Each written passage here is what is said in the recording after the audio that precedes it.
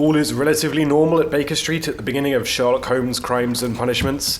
Watson is quietly reading away, and Sherlock Holmes is, of course, blindfolded, shooting a revolver at vases. So while I dodge whatever test Holmes is performing, let me introduce to you Sherlock Holmes' Crimes and Punishments, the new Sherlock Holmes game from Frogwares and Focus Home Interactive, coming at the end of September for PS4, Xbox One, PS3, Xbox 360, and PC.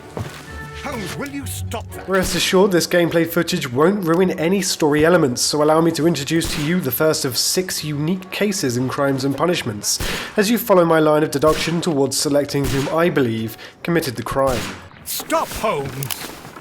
Is that you, Watson? Yes, of course it is. And you almost killed me. Nonsense. I was aiming for the vases. Blindfolded? Watson, quiet please. I'm trying to concentrate. Fans of the original Sherlock stories will remember his ability to recognize a person by their gait. Ah, Lestrade. What is it this time? He can see me. Well, here it is, and it's a good one, Mr. Holmes. A gentleman by the name of Peter Carey. Holmes begrudgingly endures a back and forth with Lestrade, hearing the details of the case. So let's now take a look at the richly detailed Baker Street apartment before heading to Holmes's seldom used bedroom to pick up the appropriate dress for the case. No costumes for the moment, at least not yet. Holmes's wardrobe holds all the secrets to his disguises, but we're looking for a casual suit in this case. Once we've picked the suit, it's off to the crime scene. Dressing up plays an integral role in Holmes's success, enabling you to interact with characters who will respond to your attire, either by prompting them or having them approach you.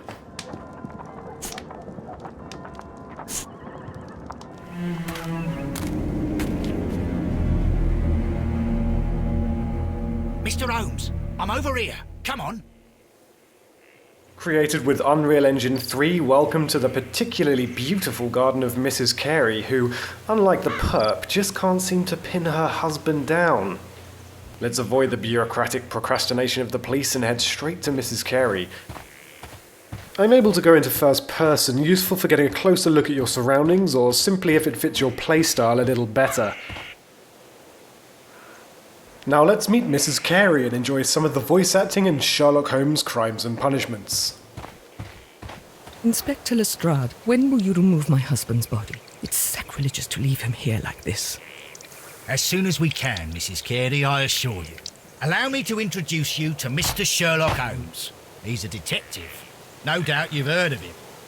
I'll wait for you in front of the cabin, Mr. Holmes. My condolences, Mrs. Carey. Thank you, Mr. Holmes.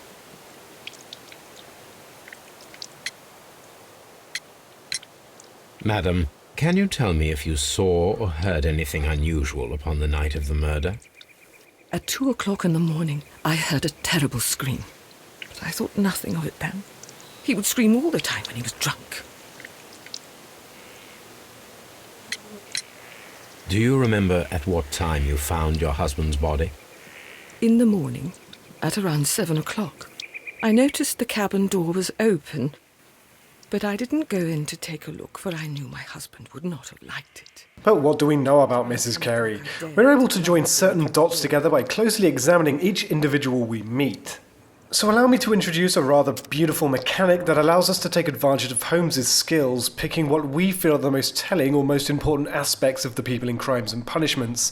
From clothing that contradicts their class to cuts, bruises and wrinkles, or objects that tell a story about themselves or their lives. Taking advantage of DirectX 11, let's take a close-up look at Mrs. Carey.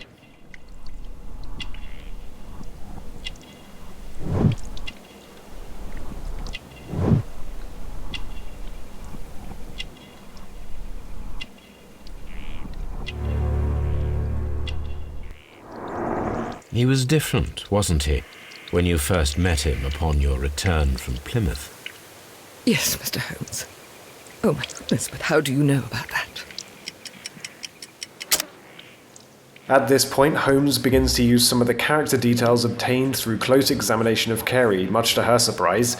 However, this is no mere automatic process. It's up to you to pick the evidence that supports Holmes's claim via the aforementioned QTE. Maine is from Plymouth.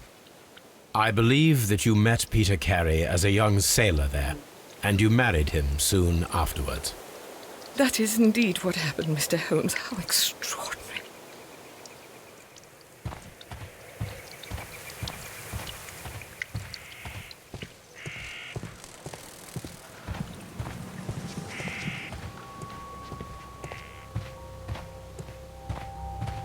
Peter Carey's body is inside the cabin. A little later on, we've head just outside the scene of the crime where we meet Lestrade, ready to enter the cabin. The door is locked. Wait just a moment, Mr. Holmes, and I'll open it. I locked it yesterday to ensure that no one should enter the cabin and tamper with the evidence. Ah, good thinking. Hello, hello, hello. What is it, Lestrade? It seems to me that someone has tried to force it, Mr. Holmes.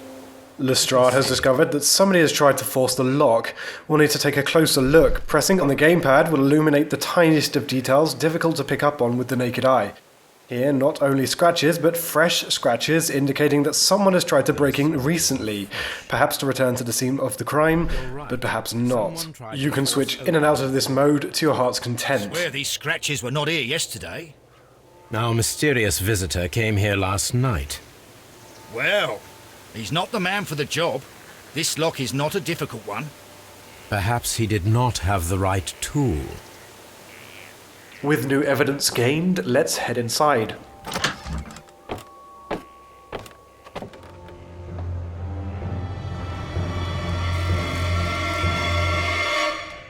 What a terrible way to die.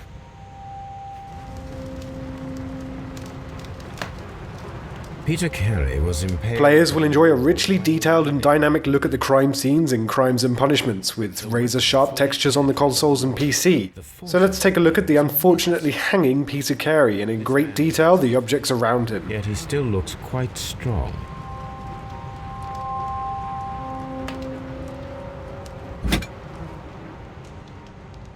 This blood is from the pool underneath the dead body. Heading down, we see a knife covered in blood and a notebook. Let's see if there's any useful information on either. Defend himself with this knife, but he did not succeed.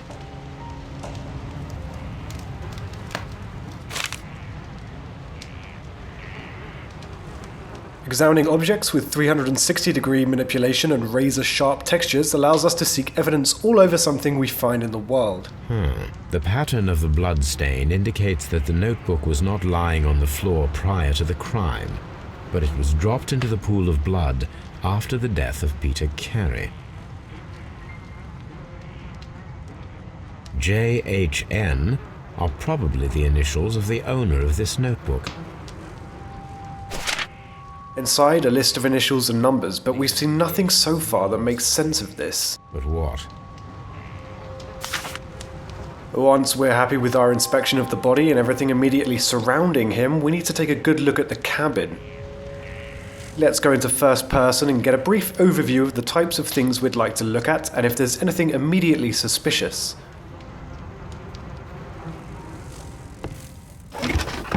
This chest contains Carey's belongings, including a pair of boots that may fit the footprints outside, which I didn't show you.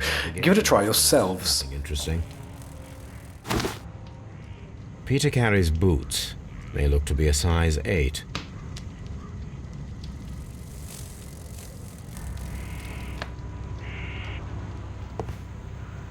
The ship's logs of the Sea Unicorn for the years 1878 to 1884.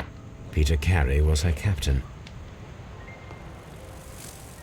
A rather empty-looking shelf with some whale's teeth perched to the left. Faintly, I can see there was a chest here from the cleaner area underneath where it would have sat. Let's take a closer look. Expanding on what I spotted, Holmes takes an educated guess at the size and nature of the chest. This place is not covered with dust, like the rest of the shelf. An object was taken from here. It was larger than a book, a box or a small chest, perhaps.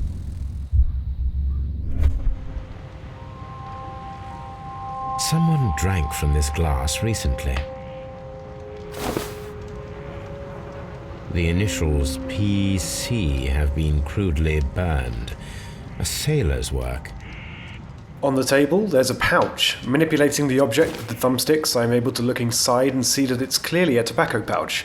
Holmes recognizes the scent, but to gain a clear picture, I have to arrange these shapes to form an image as part of the picture Holmes associates with the aroma. I won't show you how to do this, you'll have to solve it yourselves.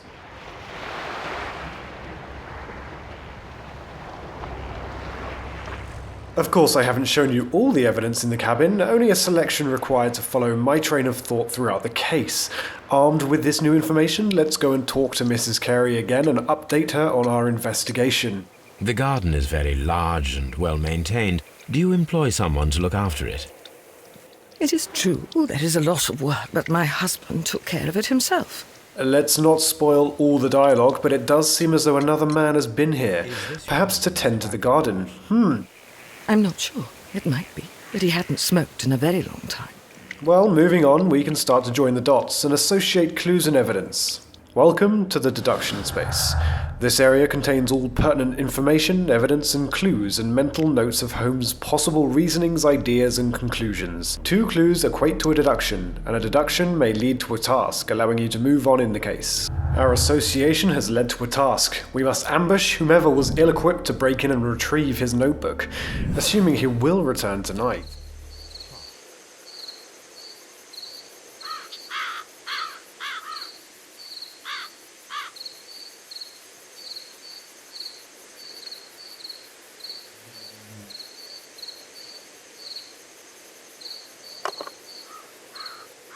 Shh! Did you hear that? A noise and hey presto, a new suspect. A suspect who was certainly at the scene of the crime as evidence suggests, but now we need a motive, despite Lestrade's eager temperament. There's someone there. I'm gonna collar him. I'll be right behind you. All right, my fine fellow. Who are you and what are you doing here? You're detectives, I suppose. You imagine that I'm connected with the death of Captain Carey. I assure you I'm innocent. Innocent? And what are you doing in his cabin? Shall I tell you? You came to retrieve what you had lost after killing Peter Carey, but we were here waiting for you. What is your... Use the loading screens to review case files or peruse deductions.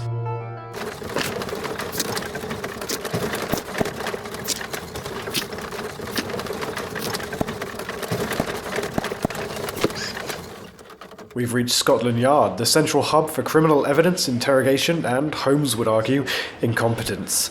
With each case, we must review the collected physical evidence and interrogate the suspects. Holmes, can I help him? Good morning, Constable. I would like to speak to the fellow who was arrested at Woodman's Lee last night. Ah, the young man. He's waiting in the interrogation room. You can go straight through. His belongings are held in the evidence room. Thank you.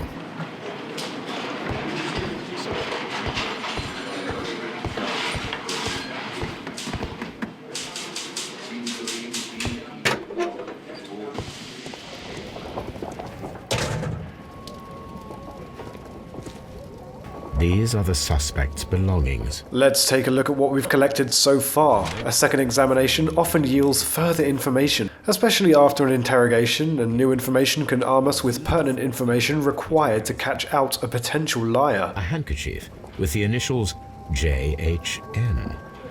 Along with what we've collected are the suspect's belongings, in this case a ring and handkerchief matching the initials of the notebook. From R. Dawson.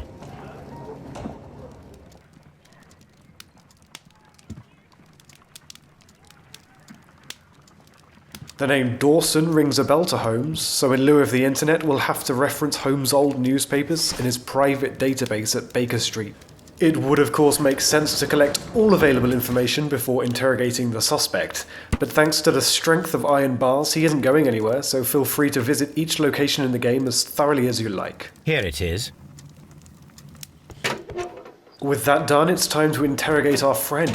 Let's see if his side of the story matches with what we've concluded thus far. I have heard the story of Dawson and Nelligan, the West Country bankers. Yes, Joshua Nelligan was my father. I am aware that it had a bad ending. When the bank failed, it ruined half the families of Cornwall, whereupon Joshua Nelligan disappeared. To the right is listed all of the features you've to spot in order to complete a character portrait. If stuck, you can exit, hoping that what you've spotted so far will be enough, but the more information you collect, the more you have to confirm or contradict the suspect's story. Certainly, Nelligan's expensive jacket, sloppily patched together, and the cuts on his hands, including the gold ring, indicate that Nelligan is a worker who somehow seems to be in possession of a few items he could clearly not afford.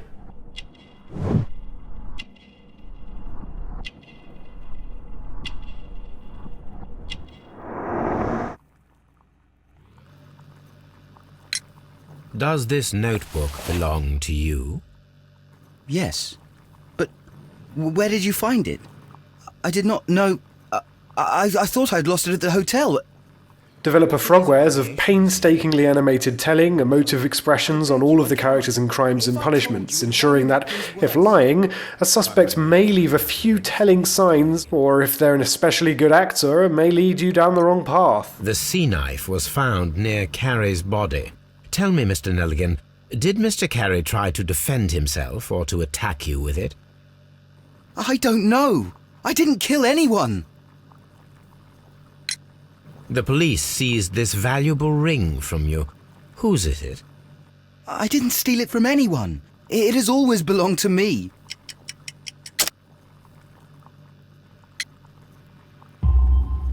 The ring's date of engraving is many years ago.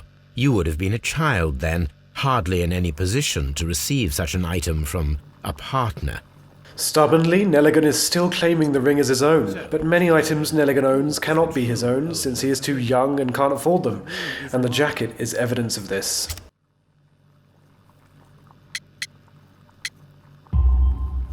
No, Mr. Nelligan. I believe that the ring had belonged to your father. Oh, but how do you know? The jacket you are wearing is made of an expensive fabric that only a man of exceptional wealth could afford. You do not seem to me to be a rich man, Mr. Nelligan. Furthermore, the garment is ill-fitting. It is quite clear that it belonged to someone else, most probably your father. With your father gone and taking with him the family's wealth, as a little boy you had to find yourself a manual job, and it was most probably cleaning fish. You cut your hands often while working. I can tell from the scars. I'm speechless, Mr. Holmes. It all happened exactly as you say. We conclude that Nelligan certainly did break in to retrieve his or his father's notebook, which may prove that Nelligan is the murderer. However, there is still one question that must be asked. Could Nelligan muster the strength to harpoon a man to a wall? This, with aid of Watson, requires an experiment. A spot of whaling, Watson? Would you care to take part? Are you serious? No, but we do need to clarify what happened on the night of Black Peter's murder. A reenactment, then? Is something bothering you? The sailor's knife, Watson. Why was it on the floor? Peter Carey attempted to defend himself? It is possible, but if that is the case, then it alters many things. I don't quite follow you. Tell me, my friend, what is the animal closest to man, morphologically, I mean? Holmes, you should aim for the mark in order to perform the most reliable test. This is one of the many contextual minigames in Crimes and Punishments. Here we have to gauge the required strength to pierce a man's body with a harpoon.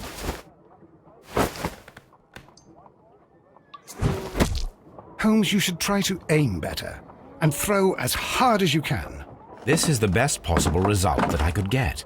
Do you see, Watson? Throwing a harpoon and pinning a man to a wall requires either exceptional strength and training or diabolical luck. Skipping ahead, upon completion we can either rule out or confirm that Nelligan was in fact capable of committing this crime. All right. Perhaps it was a lucky throw, but through Carey's association to Nelligan, isn't it possible that Nelligan picked up the required skills to get such a lucky shot? Let's head back to the crime scene and rediscover some evidence we've been able to interact with thanks to new information uncovered through interrogations.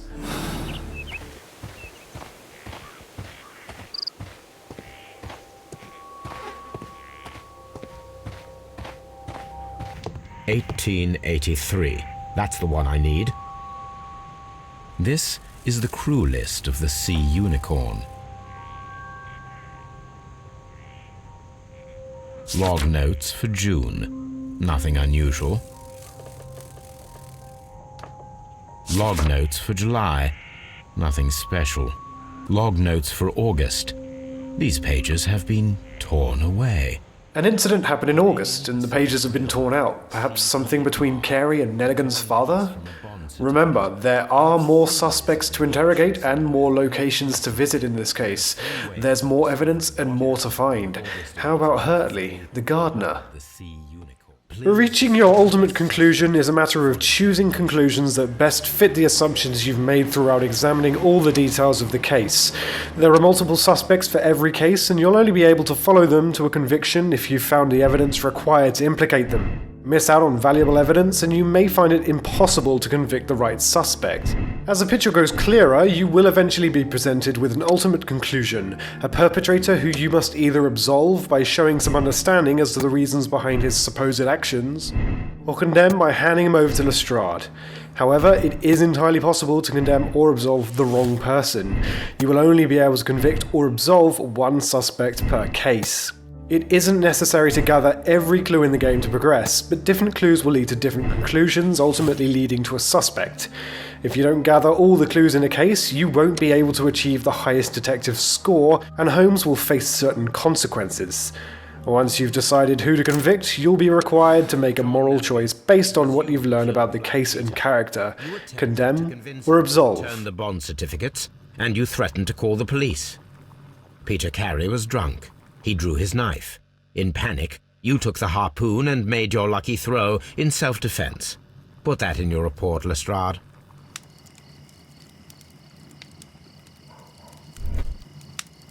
With more cases come more skills, such as the imagination skill, which allows us to piece together a chain of events by chronologically arranging a sequence by selecting the most plausible order of events.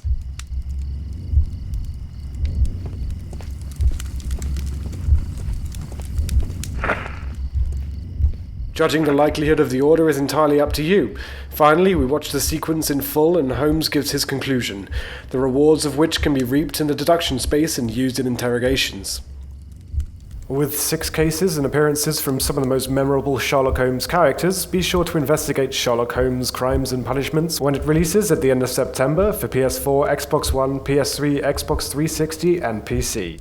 Thanks for watching. So Mr. Turner used a book to hide an object that he found on Kenneth Butler's body. The question is, what did he find?